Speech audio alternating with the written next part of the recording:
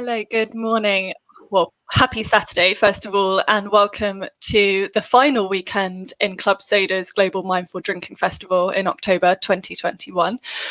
So today's panel is entitled, How Do I Shift My Identity Away from Being a Drinker? And we're joined by a wonderful panel, including Dr. Emily Nicholls, David Gilani, Sarah Connolly, and Mikey.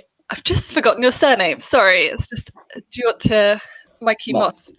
Yeah, sorry, there we go. It just came to me in the final seconds. So if we like to go around, perhaps Emily, you'd like to start and introduce yourself and sort of what you do, and then we will kick into the discussion. Sort of go on from there. Brilliant. Thanks, Claire, and thanks to Club Soda for putting on the festival and for letting me be part of it. So I'm a non-drinker myself. I used to see drinking as a very big part of my identity, but also I'm a sociologist, and my research around alcohol specifically looks at gender, but also identity more widely, and I've been doing that for about 10 years. So some of the research that might be interesting to talk about today is some of the work that I've done with newly sober women about how they managed that transition and made sense of the shift to a kind of sober identity. Great, thanks. I can see that Hakeem has also just joined us. So hi, Hakeem. Do you want to jump? You're sort of going round on my screen. So Hakeem, do you want to introduce yourself quickly and then we'll carry on with the group? Yeah, brilliant. My name is Hakeem. I'm from the Anti-Racist Social Club, and we're a charity that works to create spaces and resources for white people and non-Black people of color about being anti-racist allies. So we try to make racism fun, not the experience of it, but at least talking about it. We have events like an upcoming comedy fundraiser coming up. So check us out online to get details about that. And I stopped drinking March 3rd, 2019. I had to think about it. And I'm sure we'll get into our stories about why that was. But for me, I think there's a deep connection between the same type of thinking it requires to be an ally and to be anti-racist as it does if you're sort of committing to sobriety or you're sober curious. So happy to sort of talk about those connections as well. Great, thank you. Sarah, do you want to go ahead? Yeah, thanks, Claire. Lovely to meet everybody. I'm over in Brisbane, Australia, so this is an evening time for me. I'm first and foremost, a very passionate advocate for joyful alcohol-free living. So a bit like Hakeem, I think it's that I'm really passionate about talking about alcohol-free life aspirational and fun, as opposed to restrictive and boring and miserable. My own experience has kind of led me down that path. I gave up alcohol in 2019, also in October. Since then, I've done a lot of study. I'm fascinated by science and the neuroscience behind addiction. I work with grey area drinkers as a coach in groups and also one-on-one, both men and women. And we not only look at the identity after the drinking, but also the identity of where they want to go, who they want to be, what's possible for them as a non-drinker, which is the aspirational piece and the piece that we really find so important in long-term healing. So hopefully I can add some perspective as a relatively new non-drinker in the big scheme of things, but also from my clients as well. It's good to be here. Great, thanks, Sarah. And Mikey, you want to go ahead? Yeah, sure. Thanks, Claire. So I am Mikey. I have been on a non-drinking, journey since 2013, when I moved to Bristol. I'm from Manchester originally, but I'm over here in Bristol. Lovely rainy Bristol today. And I do some peer work within an organisation here called Developing Health and Independence, which is a peer-led organisation that works with people in with substance misuse issues and homelessness. And I am the communications and publicity lead we have a festival here called the Recovery Festival, which has been going also since 2013. I haven't been involved in it since then, but we are an annual festival that brings together all parts of what we call the recovery community. So drug and alcohol services, mutual aid fellowships, homeless services, prison services, to just celebrate people that are trying to live their best life without drink or drugs. Thank you. And David? Yeah, hi all. So I'm David. I work at Middlesex University, which is a higher education institution in London. I work there as their head of student engagement and advocacy. So for quite a few years, I've been looking at ways that we can support current students, and part of that includes thinking about students who don't want to choose to drink at a time in their lives where there is sometimes a lot of peer pressure to do so. So I suppose I'm kind of hopefully going to add in a little bit from that perspective. I'm very interested in the idea of identity and belonging within kind of a higher education perspective. But beyond that, I also gave up drinking myself when I was, well, basically when I was 18. So it was a very short drinking journey for me, which I quickly ended. So hopefully can bring some of my own personal experience to the discussion as well. Yeah, and I guess you would have given up when you were a student. So yeah, lots to add there. Okay, great. Thank you very much for the introductions. And just a bit about myself. I'm Claire Davey. I am a PhD researcher at Canterbury Christ Church University, specifically looking at women's identities and experiences of sobriety and use of online sobriety communities. So lots of overlap with a lot of what you're saying today, which is fantastic. I'll be facilitating the discussion, so I'll be sort of posing questions to everybody on the panel, and then sort of adding in a bit here and there, but very much discussion is all about you guys. So I'm going to kick off with some sort of individual questions to start with. If you feel like you want to sort of have a discussion with that panelist and sort of interject, then please feel free and go ahead. Let's make this quite dynamic. So again, we'll sort of proceed with a similar order. So if we start with Emily, you talked a bit about your research interests and how that links with today's panel discussion title. I just wondered whether you could sort of dig in a bit deeper on that in terms of what you found sort of with women's drinking stories and then their sobriety stories, and sort of how they've managed to shift that identity within their lives. Yeah, absolutely. Thanks, Claire. So the Sobriety Stories project that I did in 2019, God, it only feels like yesterday, was talking to newly sober women. So women within the first 6 to 12 months of sobriety who had formerly identified as moderate to heavy drinkers. So I was interested in speaking to women for whom alcohol had probably, and as it turns out, indeed had been quite an important part of their lives and their sense of who they were before they stopped. So I captured them in that kind of first 6 to 12 month window of their sobriety journey. And we talked about their relationship with alcohol, how that had changed, and then looking forward, to what sobriety looked like for them. And what I found, perhaps unsurprisingly, was that for many of them, alcohol had been a really important part of who they were and their sense of identity. So I use pseudonyms when I talk about participants, but, one of them talked about being called Catch-Up Kate. So the idea that she would always go to the night out a bit later, but be able to down loads of shots. And other participants talked about being the party girl or, being known for their drinking. And one of them shared a poem that she'd written with me about drinking, which featured the line, "I am you and you are me," a poem to alcohol. So really, alcohol was really bound up with who these participants saw, how they saw themselves really. And that was an internal thing about how they regarded themselves, but also for others, they felt that their drinking was seen as part of who they are. And so there was, of course, unsurprisingly, some anxiety about losing that identity and that sense of self. And of course, being labelled as sober or boring or no fun. But really what I found, the ways in which participants talked about their identity shifts in sobriety was less about a new identity and more about a true identity, if that makes sense. So they often talked about drinking masking who they really were, and this idea that the idea of the party girl, for example, wasn't who they really were. So that when they stopped drinking, they were able to strip that back to a more authentic self, if you like. They also, interestingly, talked in quite gendered ways sometimes. So about, for example, the identity of mother or daughter or girlfriend becoming more significant in sobriety. So some interesting links there to gender and femininity, and this idea that these previously neglected almost aspects of our identity might become more central when we stop drinking.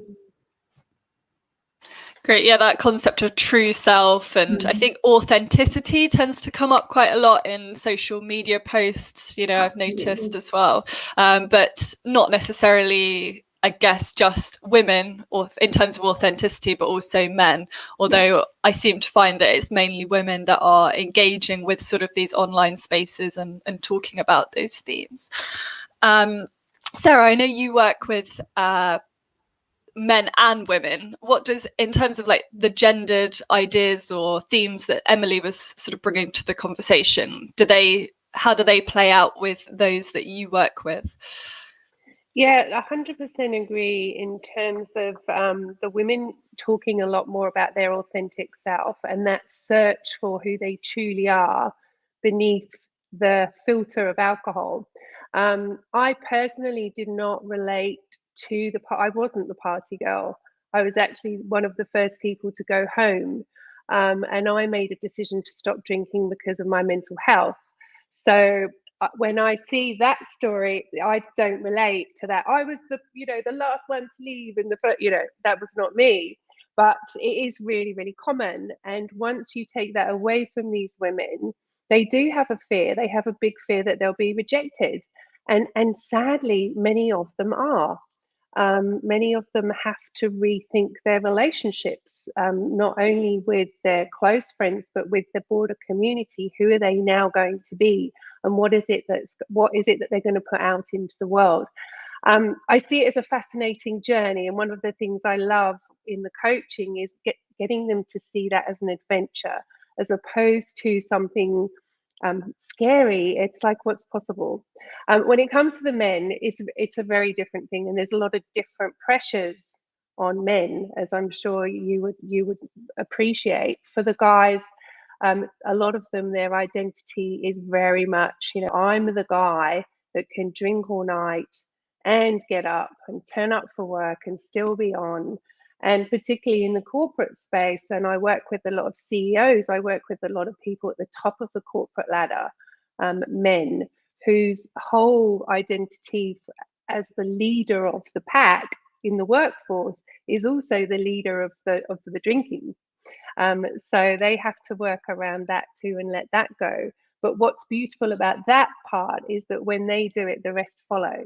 So we talk about being leaders, we talk about leading by example, and we give them that, I guess, that carrot in a way of, you can be a leader not just in the organization in your role, but also as somebody that's learned how to develop a healthy relationship with alcohol, and that can pass down.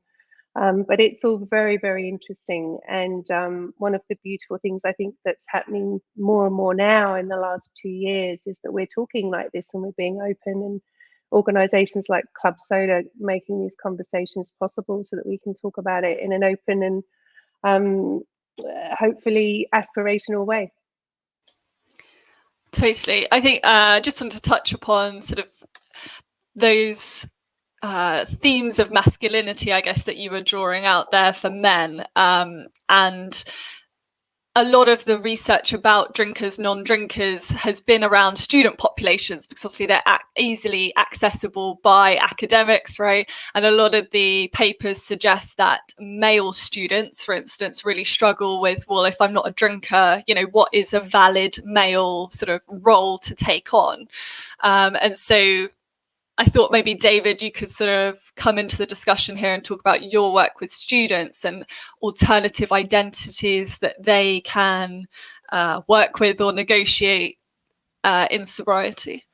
Yeah, absolutely. I think that ties really nicely also with Sarah, what you were saying about mental health and kind of the links between that and drinking. And that's one thing that I've seen kind of develop more and more within kind of the universities and within the student populations over the last few years, is this willingness and kind of craving to talk more openly about mental health. And I think because of that has then had a real link to people feeling more able to make decisions about how they choose to drink, etc., with kind of recognizing that there is a toll that you can take on yourself if you feel you have to stick to a very narrow role, kind of quote unquote toxic masculinity of that man at university who can drink more than anyone else, and that being wrapped up in kind of sports teams and the culture there. Some of that is starting to unwind as mental health gets talked about more openly, especially the issues with men's mental health at university and that feeling of being able to be there to check in on each other.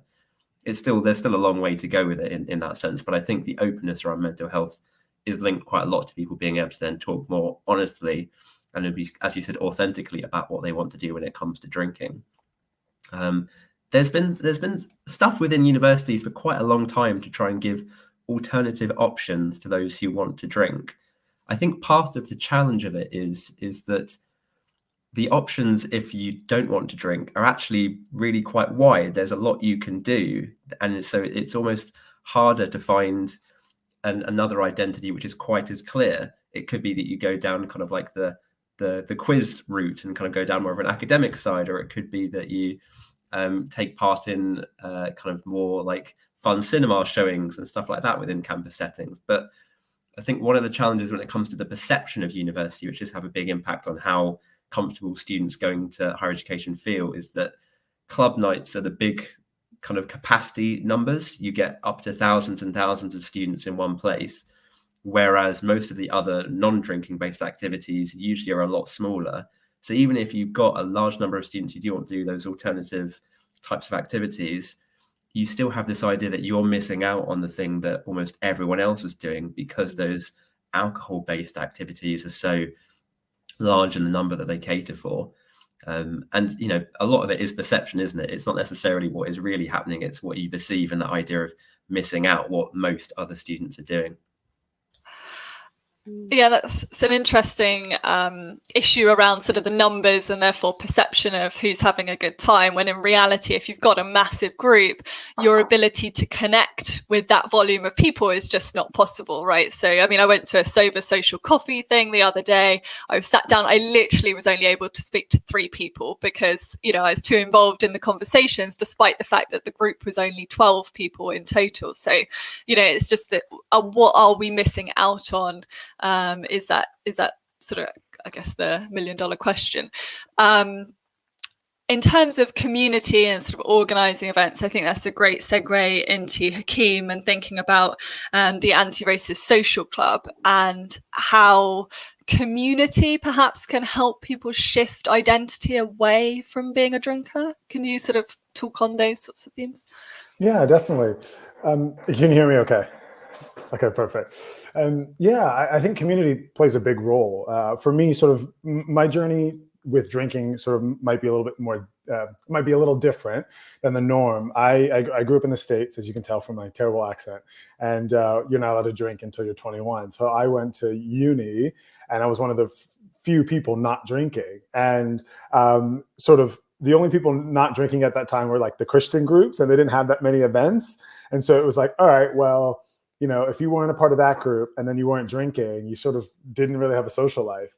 So I did start drinking when I was 21, and I recently stopped drinking 25. So I only had sort of a 4-year window. And for me, I only stopped out of a challenge. When I moved here to the UK, they were doing Sober January. I forgot what it's called. Dry January. Dry Jan. There we go. Dry Jan. And it was already midway January. And speaking of FOMO and community, I was in an office and everyone else was doing it. And I sort of felt left out. So I started midway through January. I called it Damp Jan. And I was like, all right, well, I like a challenge, so let's do it. So I did it for 2 weeks, and I thought, oh, cool. That was fun. That was fine. Maybe I'll do it a little bit longer. And Lent was coming up, and, you know, I like to give things up as a challenge. So my birthday's end of February, had one big, you know, hoorah. And then March 3rd came around and I gave it up.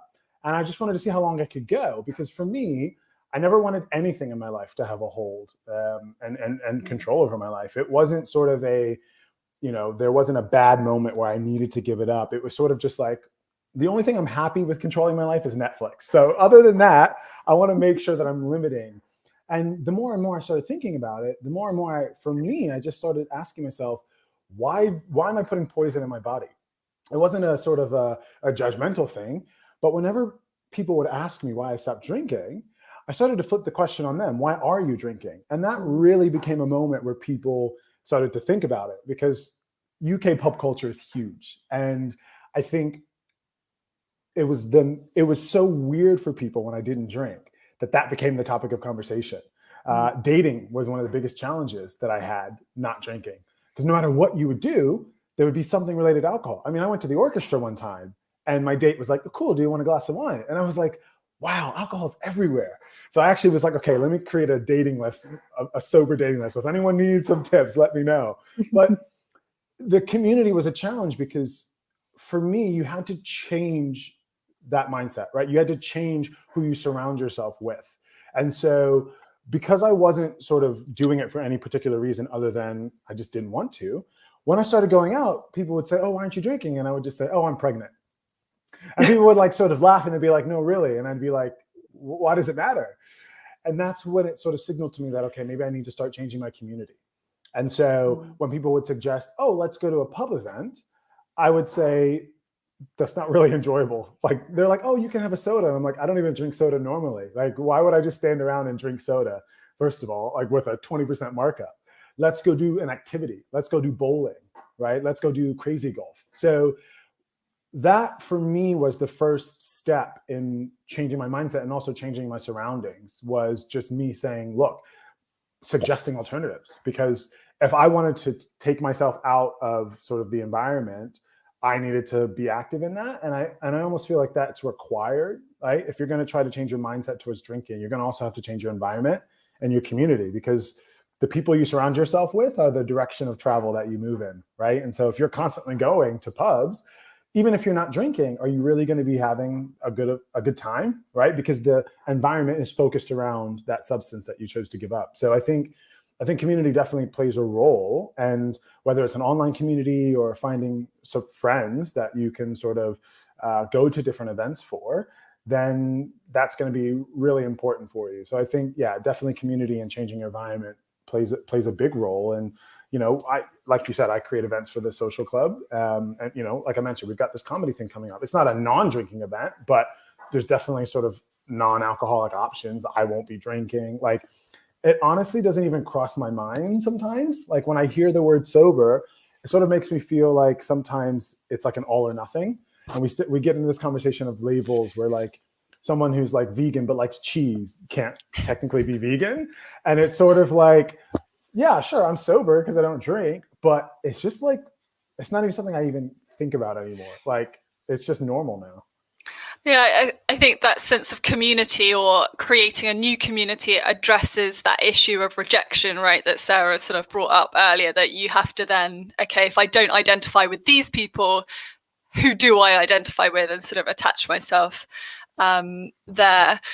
Just wanted to, I think you were sort of verging into sort of talking about, you know, your own experiences and your own tips, i.e. that you, in the way that you were framing your identity as well, with different or rejecting certain labels. And I think some people find them helpful to establish a new identity, and some people don't. And then I think there's also this shift, and perhaps, you know, we'll get into this with other participants on the panel, but there can also then be a shift over time, right? So at the beginning, some people find those labels really helpful, and then as they work through, they kind of feel like it becomes less relevant. Anyway, I'm conscious that I have not come to Mikey yet, and I want to bring you into the conversation. So sort of Hakeem was talking about his personal experiences there. I wondered whether you could sort of bring in your personal tips that helped you shift your identity as an individual. Yeah, absolutely. And, you know, I've really enjoyed what everyone's had to say, because I was a bit nervous, you know, with all of these people that work within the field and talking about that, but there was a lot of good points. And, you know, I was a little bit like David. I started drinking at 18, and the first time I stopped was at 20, you know, and I didn't go to university, but being from Manchester, my first ever job as an adult was working on Canal Street in a bar, you know, and I think Manchester University is like the second largest university in the UK. And then you've got Manchester Metropolitan University. And in the middle of it, you've got this street with like 20 venues, you know, and this is what I'm exposed to. And then I've got obviously my identity as a queer man, and I was drinking all the time. And, you know, before that, I was just this kind of nerdy little kid that, you know, went to school, went to college, and I've always been socially awkward, still am. You know, that's one thing that hasn't changed, except alcohol did help with that.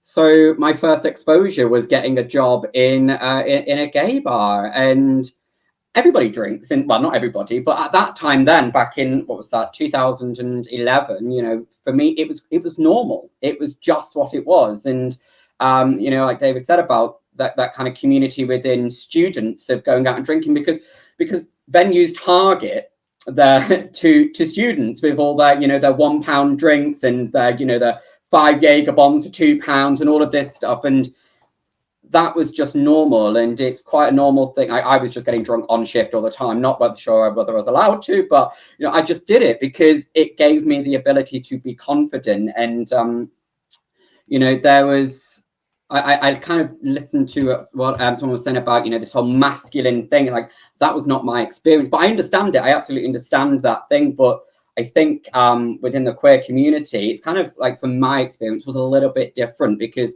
everybody was just like that. But I don't think it was about toxic masculinity. It was just, I don't know what it was really. But my identity, even as someone that doesn't drink, is continually shifting and changing dependent upon where I'm at, because I got this identity as just being messy really quickly, and some days I just didn't want to drink, not because I didn't want to drink indefinitely, but, I would be too hungover from the night before, and we'd go out for brunch and they would see me not having a drink and they'd be like, oh, wow, it's not like you not to have a glass of wine. And like, it's 11 o'clock in the morning. And there was always that kind of pressure, I don't think the pressure was intentional. It was just kind of, like some kind of camaraderie of this is what we do. It's like, we're young. We don't have, I don't have my own house. I don't have any kids. I don't have a relationship. It's just normal. And I think for me, I had to I didn't have an identity, even at the age of 20, when I first, tried to get sober. I didn't know who I was. I had no formal education. I'd gone through 3 colleges, trying completely polar opposite courses to try and figure out what I wanted. I'm 28 now and I still haven't got a clue, but what not drinking does is it affords me the experiences that I was missing out on as a drinker. Because, Hakeem said about, setting up this, everywhere I went, I took drink with me. If I was going to somewhere that didn't serve alcohol, I had a bottle of vodka or a bottle of wine in my bag, or if I was going to concert, I would sneak it into venues, because I'm not paying £8 for a tiny, tiny bottle of wine when I can get a £5 one from Tesco and hide it in a hood, But everywhere I went was centered around, do I have a drink with me? And I'd miss 50% of the experience I was doing because I was so drunk. Whereas now I get the opportunity to explore what I want, and I've gone from different things. I run at the moment. Never in my life did I think I would be a runner, but I enjoy it, and it quiets my mind. But I think in terms of identity, if I want to shift it, I need to kind of have something to work towards, because for me, not drinking, or the idea of stopping drinking, felt like a death sentence of my personality and my social surroundings, because all of my socializing was centered around people who drank. Whereas now I'm confident and comfortable to be around people who drink and not feel the desire to drink. And I feel confident and boundaried enough within myself because there was nothing worse than going, oh, I don't drink. Oh, do you know what? It's fine. You can just have one. I won't let you have more than one. I'm like, have you met me after having a drink? You will not stand in the way of me getting a second drink, because that's what happens to me. Whereas now I can be like, do you know what? No.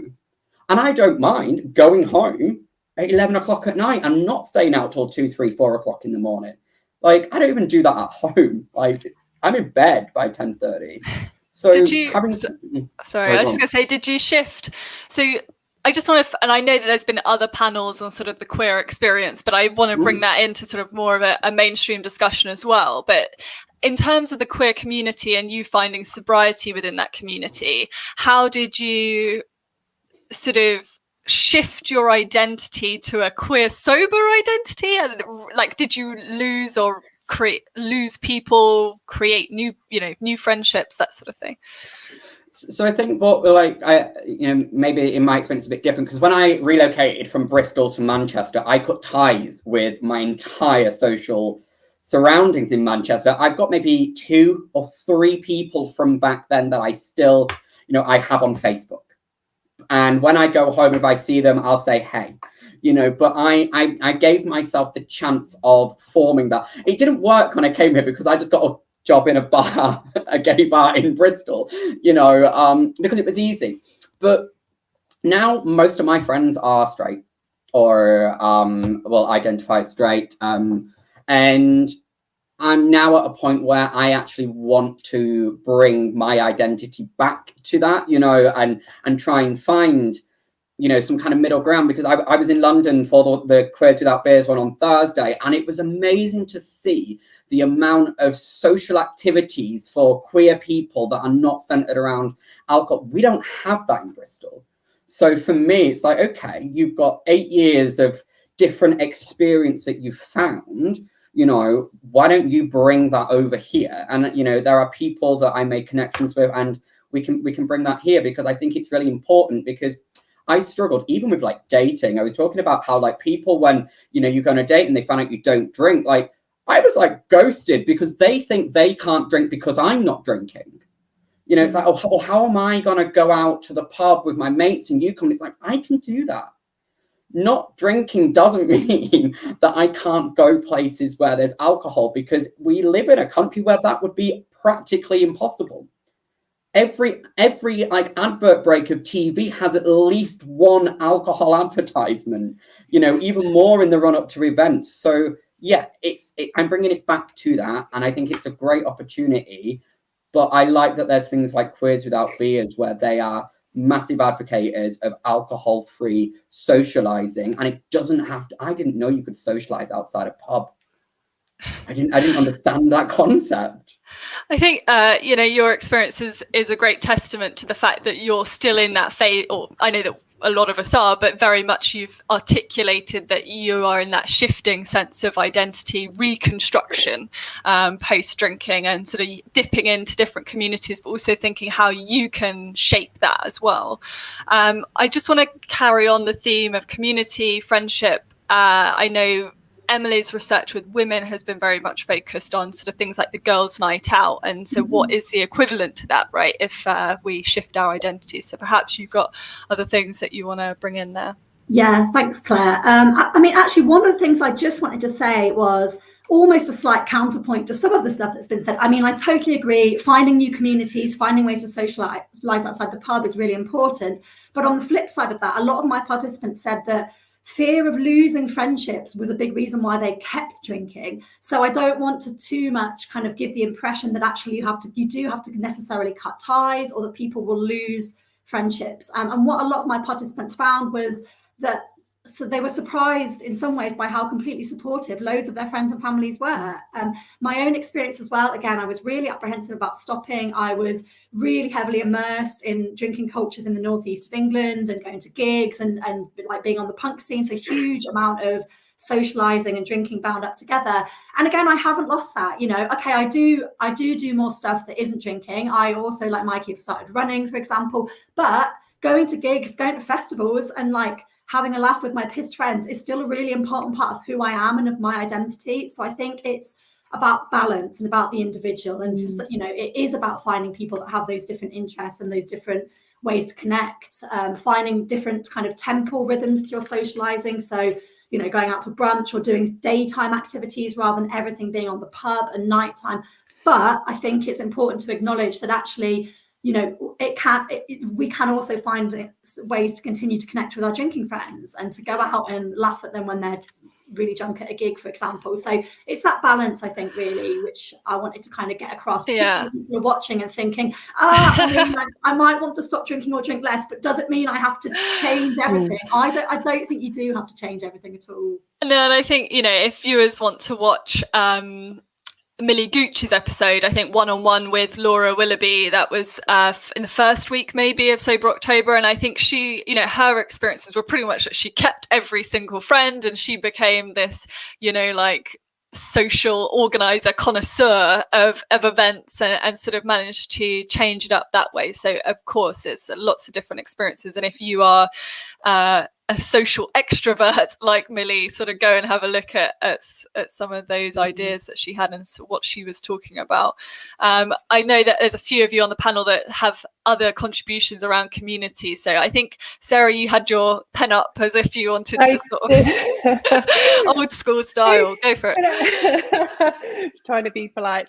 No, I was just wanting to add, I'm so glad that Emily just brought that up, because that is really one of the biggest fears that people express to me when I talk to them is, well, if I give up drinking, I'm going to lose everything. All my friends, even their partners. There's a lot of fear of people in marriages where a lot of the marriage connection comes with going out for dinner and drinking.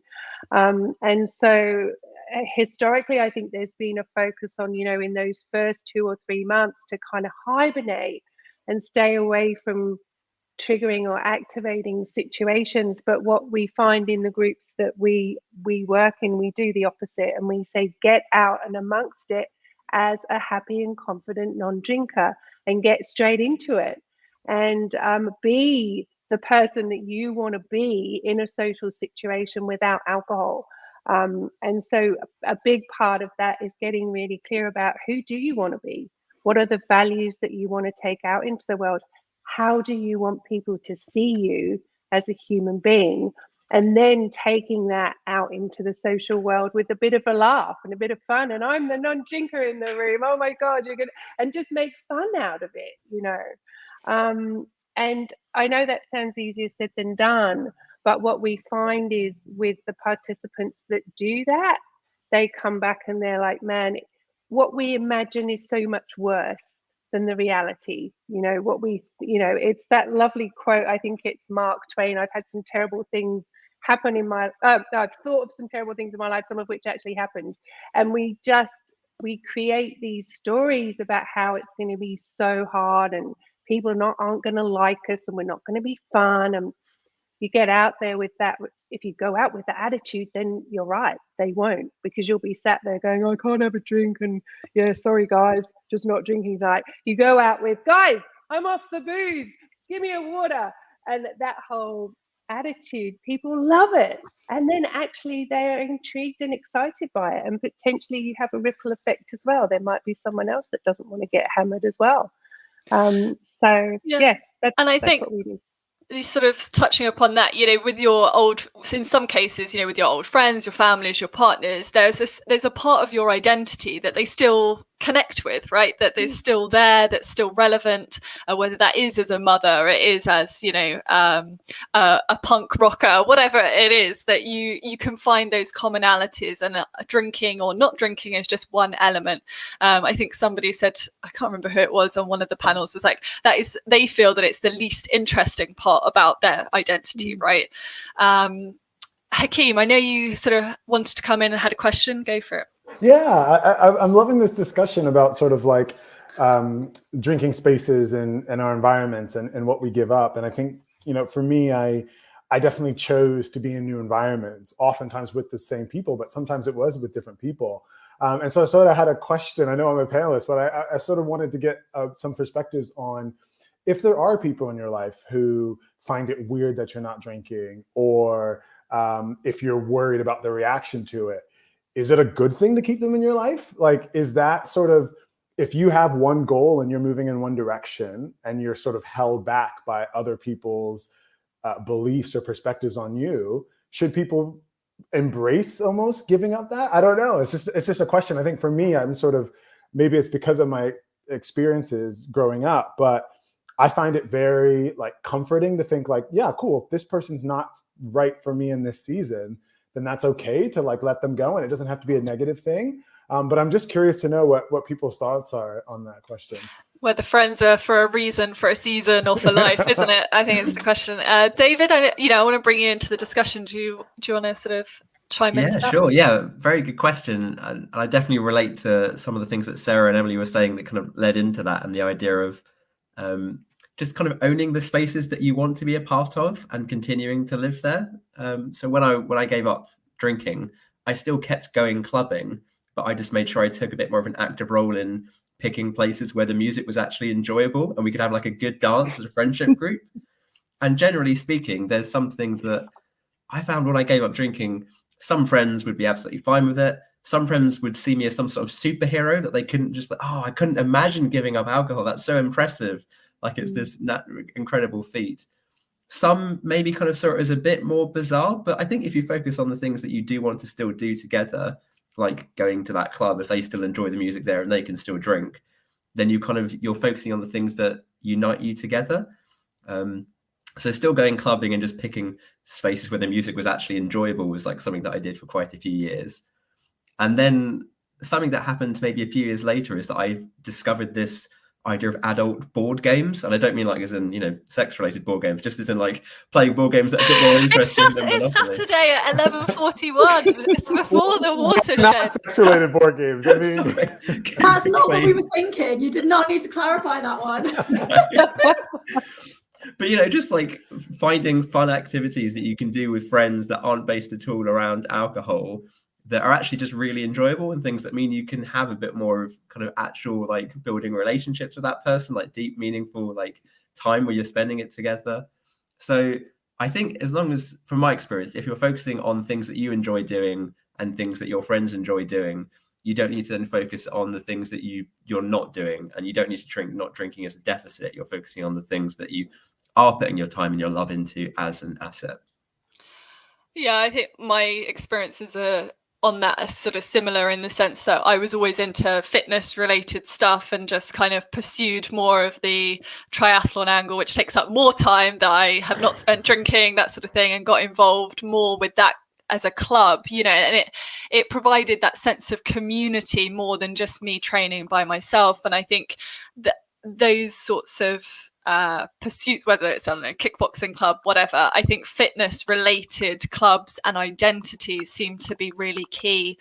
From my research anyway, what I've seen is that, you know, they're quite key in helping facilitate that shift away from drinking, whether that's because of mental health, perhaps just that it takes up your time, but it's also like a socially acceptable shift away from drinking, I guess. It's kind of like a permitted, non-stigmatized identity.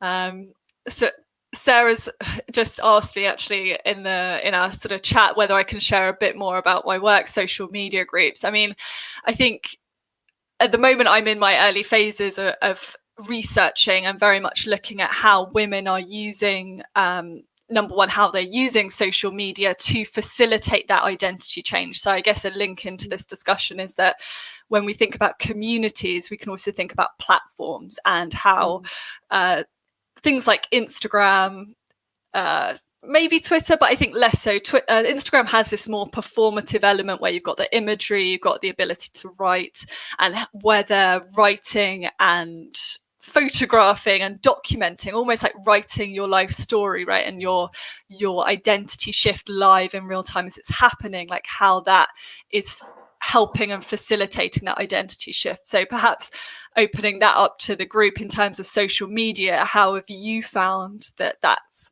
helped or hindered? Maybe, I think, you know, I'm finding this is groundbreaking news, as one of my findings is that, you know, social media is really taking its toll with some people in terms of their mental health in sobriety as well, because I think they've sort of shifted that obsession, I want to say, or like focus away from alcohol onto social media, and that has fallout consequences as well. So any positives, negatives, shifting identities via social media? Anybody want to jump in with that?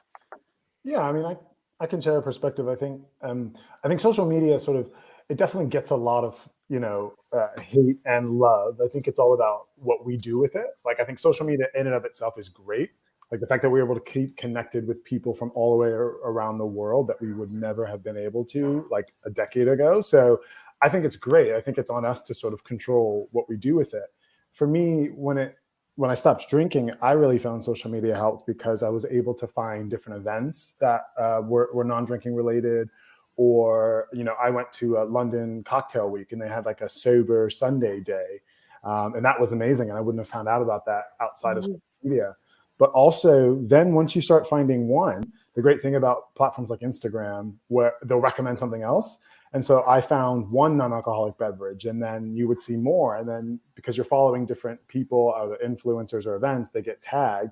And then I started finding all of these non-alcoholic drink alternatives that were like, oh, amazing. So I think if you're someone who's worried about your identity and your environments and what has to change in your life, I think social media can be a great outlet to find new people to supplement that, right? If you're worried about giving up, going out dancing. Well, keep going out dancing and, find bars and choose bars where they have a non-alcoholic menu, right? And one way you can find that is on social media, or you can organize those adult game nights, as David suggested, and you can have some non-alcoholic mixers and things like that, and still have fun. I mean, there's a brand called Gimber. It's a German brand. It's ginger, but it's got a kick to it. And I make virgin mojitos out of it, but I don't even call them virgin mojitos, to be honest. I just call them mojitos. And I gave one to my friend, didn't tell him what was in it. And he was like, oh my God, this is amazing. What alcohol is in this? I thought you stopped drinking. And I was like, there is no alcohol in it. And it was like, you can still have the great taste, but also still enjoy the present. So I think social media for me has been helpful in terms of my journey with sobriety, or not even sobriety, just not drinking. You can then take a photo of that cocktail and put it on social media just to validate that you were there, it did happen. Exactly.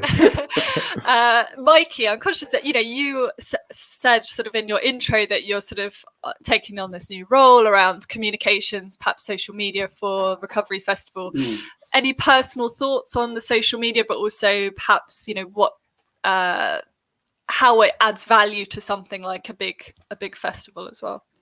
Yeah, I think Hakeem kind of made a really valid point of it. It's not the platform, it's how you use it, and what it is you're looking to do with that. For me, when I first tried this, and it kind of ties into his earlier point, and I love what Emily and Sarah said about this. Like for me, like the cutting ties with people was purely a personal experience, because in the 2 years that I drank, I hadn't created any relationships of substance. So it was really easy for me to do that. At 20 and carry on. And I appreciate that's not the same for everybody. However, social media at the beginning was really bad, because like on Instagram and Facebook, I still had a lot of these people, and I was kind of getting very reminiscent about, the nights out, because you're constantly seeing the pictures of them out for cocktails and out at the bar and out at the club. And, I think it was back when I was on Snapchat, and you're watching the stories where you can't see anything because it's blurry, but you can feel the kind of atmosphere there. And it kind of was really difficult then for me to kind of feel like, I want to kind of forge this new life for myself. So I need to kind of move my social media presence away from that, So I removed from that. But then I started then I went to Twitter, and it's like, now I just follow a bunch of people I've never met, and I still find that same experience. So it's more about what I look for through social media. And then I use my platform for those people that I still am linked to, that had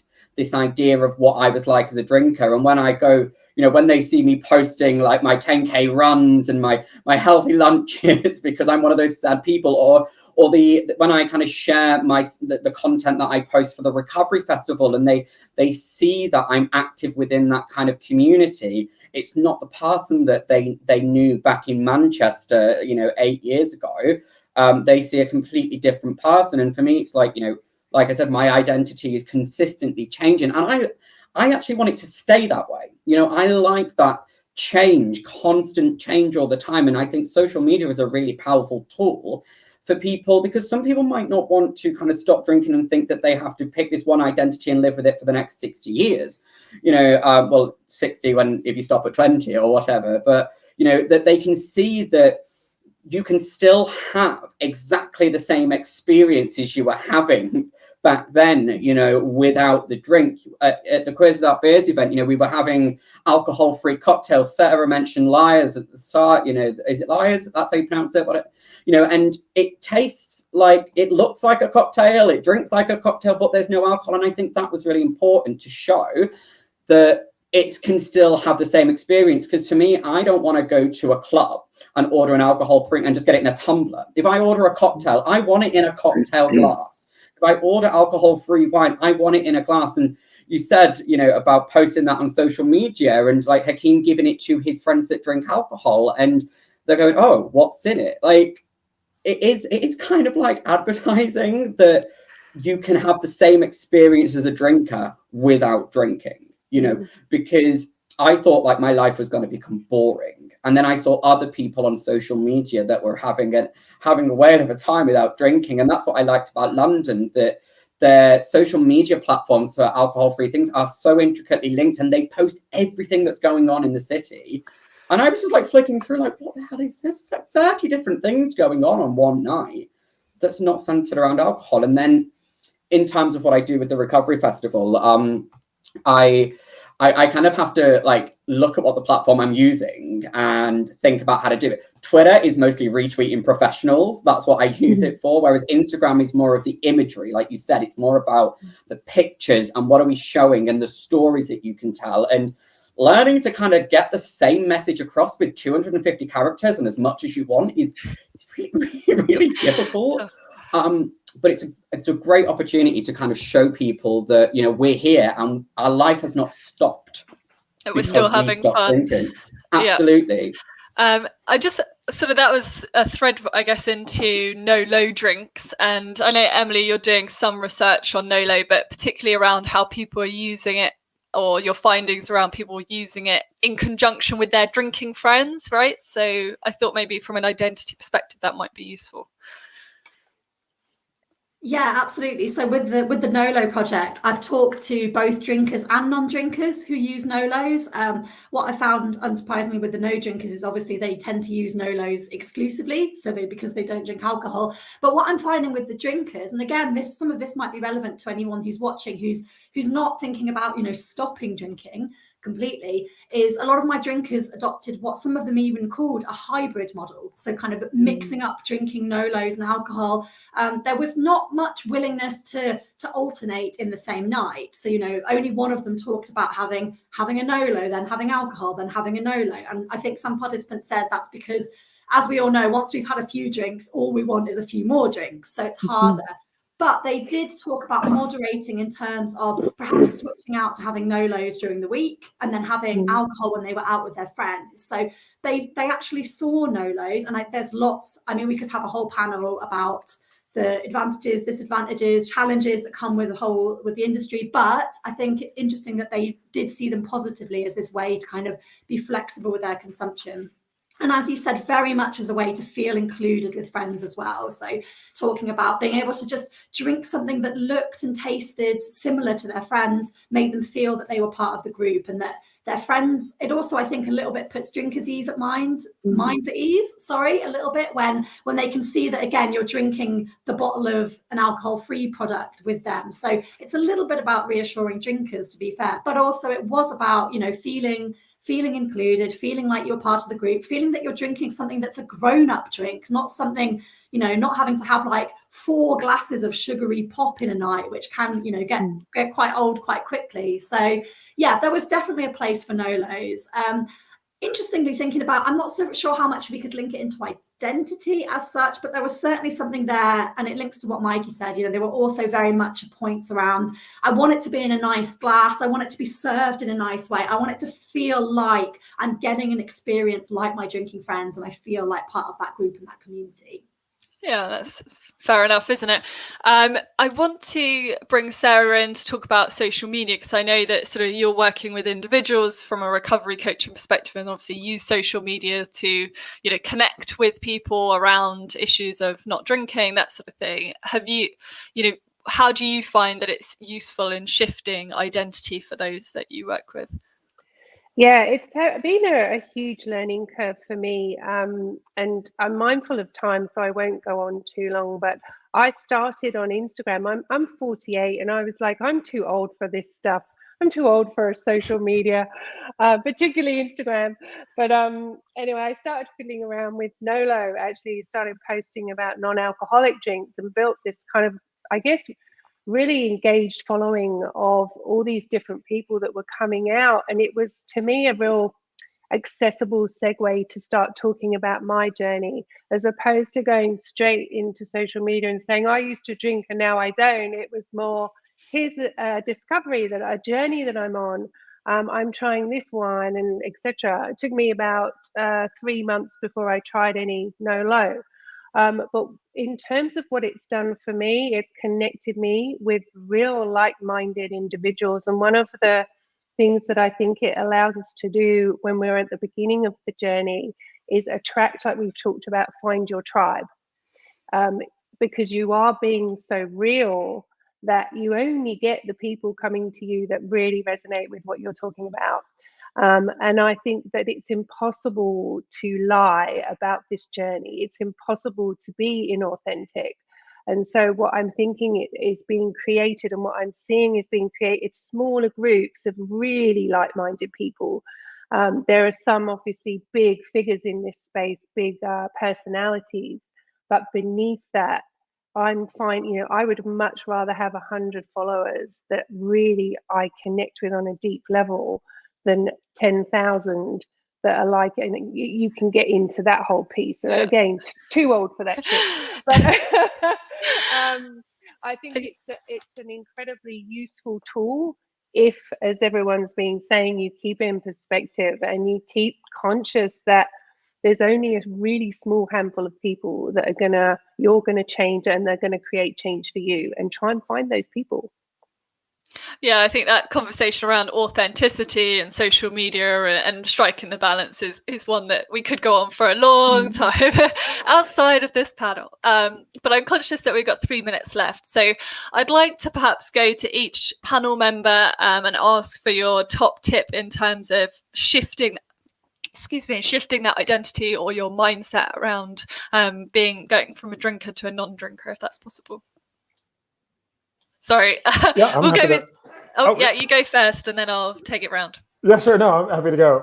And thanks so much for this opportunity. I think when we're having these conversations, for me, I mentioned the Anti-Racist Social Club and the work that we do. And when you look at the research around sort of abstinence or drinking, you actually find that most minority ethnic groups are practicing abstinence or have lower drinking levels than others. But the challenge is sort of access to healthcare, right? So if there are instances of alcohol or substance abuse actually receiving treatment, then you have a disproportionate impact on those communities. So this conversation is really relevant to sort of anti-racism work. And I think for me, the connection I make for people is it's all about mindset, right?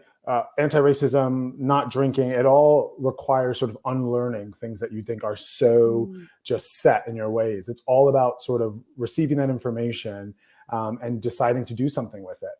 And so my top tip is decide, like do it. One of my favorite quotes ever is from Yoda, and he says, "Do or do not, there is no try." And so when people talk about trying anything, I'm always just like, do or don't. Right? If you decide that you're going to not drink or that you want less drinking, all the other challenges around you, all the other external factors won't matter because you've got that internal motivation. And once you choose that mindset, then you'll start to receive that information, and you'll be surprised at how quickly it comes to you once you start learning about doing the work. But it takes that internal motivation. So that's my top tip. And I did a podcast with Ruby Warrington on her Sober Curious podcast, and an episode about anti-racism and drinking. So if you want more tips on that mindset shift, definitely check that out. And there's also like other Club Soda October festival segments on changing mindset that you can tap into. So David, next tip.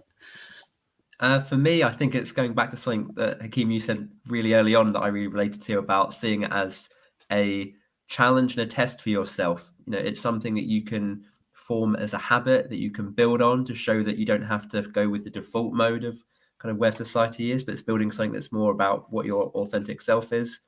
After I gave up drinking, I then used that as a way to then build other habits that I felt I was really positive with, things you can do on a daily basis, which help you form an identity around things that you're really proud to have in your life. So I think see it as something that is a fun challenge almost to test yourself and build it from there so that you have pride in what you're doing with it rather than seeing it as something you're shying away from. Yeah, it's like a gateway into sobriety.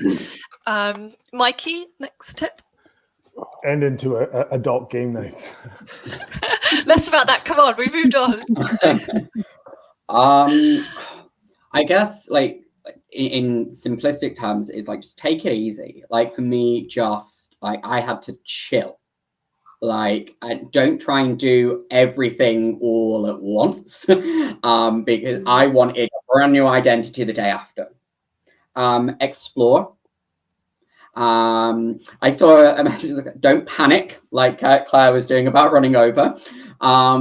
And, when I first tried, getting sober, I went down a 12-step fellowship route of Alcoholics Anonymous. And there was a line in their literature that it says pause when agitated or doubtful.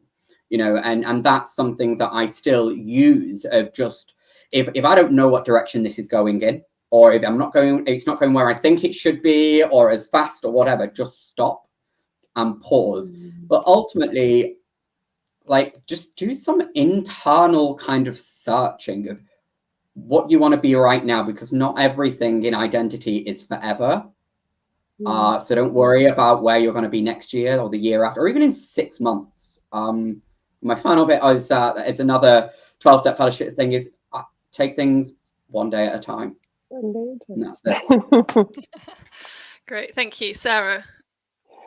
Yes, I second everything that Mikey just said. I think there's this tendency, particularly now, with all the hype that there is around being a non-drinker, of this should happen for me. I give up drinking, and why am I not feeling this? And why do I not have joy and freedom in alcohol-free living? And all this stuff is really intense. There's a lot of expectation. So my number one tip would be notice without expectation. This is your chance to sit back and notice. Notice what's going on, notice what you like, notice what you don't, notice how people make you feel. And it's a challenge, but it's also fun, and it's adventurous, and it can be exciting. So my number one tip that I tell everybody is notice without expectation, because the minute you start to have these big dreams, like Mikey was saying, I've given up alcohol and now I want to be X, Y, and Z, you go into disappointment. And when you're disappointed, what do? You look for a quick fix. So that would be my number one tip. Thanks. And finally, Emily? Oh, thanks, Claire. Yeah, some lovely reflections on the internal there. So one of the things I found really useful was also looking to the external as well. So what resources are already out there, links back to ideas around community. So for me, and maybe this is the academic in me speaking, but a bit of Quitlet, like reading, engaging with the literature, that really helped me to shift my mindset. I think that's just the way that I work, but actually engaging with the work, particularly of other women who've written about stopping drinking and written about sobriety, really helped me, and also helped me to shift my mindset again from this idea of stopping drinking as negative, or, you know, I'm losing something, or I have to go to AA, for example, towards this more positive conceptualization of sobriety. So yeah, resources and Quitlet is my tip. Yeah, great. Thank you very much. And thinking about values, I think, is, you know, also ties into what sort of Mikey was saying around, you know, who do you want to see yourself as, but also, you know, where do you want to go from here? So that would be my two penneth. So it's sort of brought us up to an hour. We've already overrun by 3 minutes. Bad host. So thank you very much to our panelists today for being part of this conversation about how to shift your identity and mindset sort of away from being a drinker. Fantastic festival. Thank you to Club Soda for hosting and the sponsors for sponsoring. We will see you again. Thank you. And thank you, Claire. Oh. Thanks.